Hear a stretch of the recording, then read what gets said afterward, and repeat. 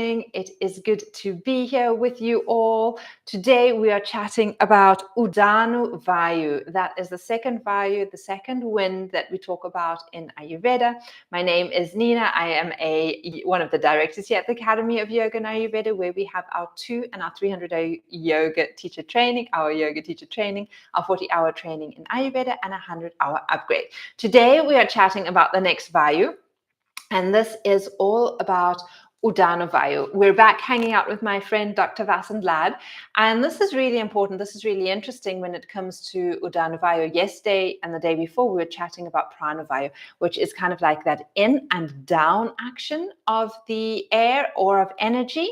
And Udana Vayu is this kind of like upward movement of energy. So it is upward moving energy. It is located in the diaphragm and moves upward through the lungs, bronchi, trachea, and throat.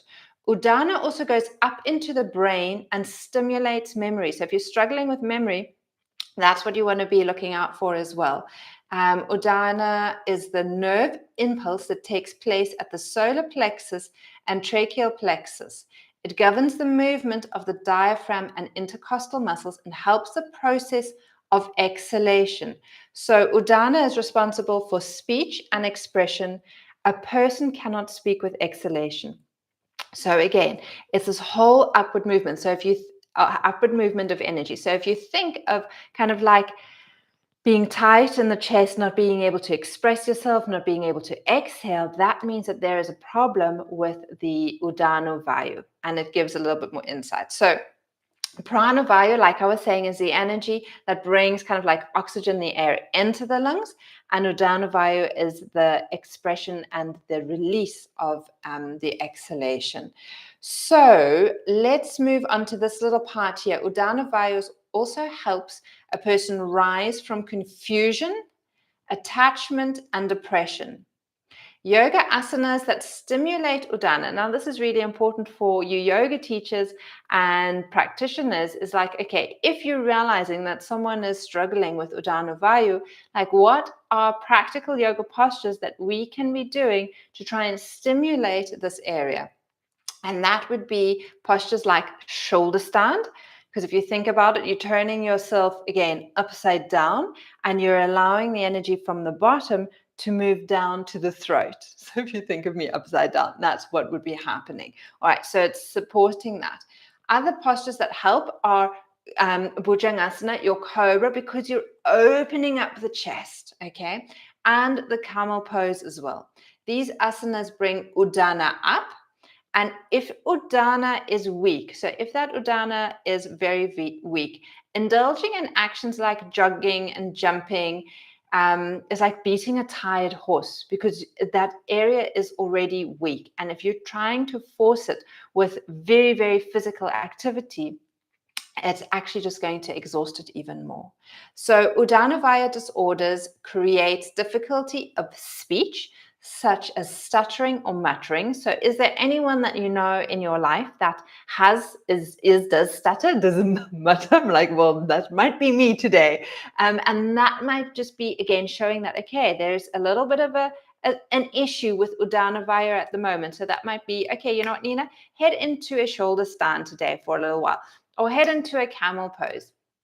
And that should hopefully alleviate and shift the energy a little and bring you back or closer back into balance.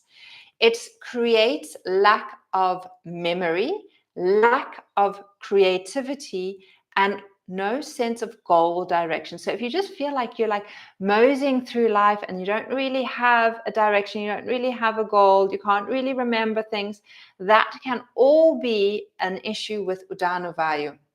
Suppressed Udana Vayu also creates depression and discoloration of the skin. It can create certain bronchial conditions like hoarseness of voice, asthma, pneumonia, and emphysema, as well as blushing and flushing. So that is Udana Vayu for you. That is kind of like the main principles of that. And just have a think about, like, how does this impact you? Is your Udana Vayu strong? Like, have you got that strong exhalation? Do you not notice any of these issues? Or is there a little imbalance there, realizing, okay, that this is a situation, and now I can use practical yoga practices as well as breathing practices to help do this.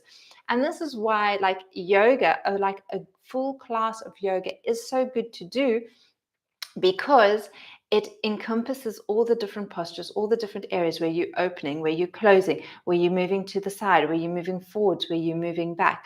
And that's why after a yoga class, we often feel so balanced and so much better, because we're bringing our whole being into balance. We don't necessarily always want to focus just on one specific aspect, because we are a holistic being.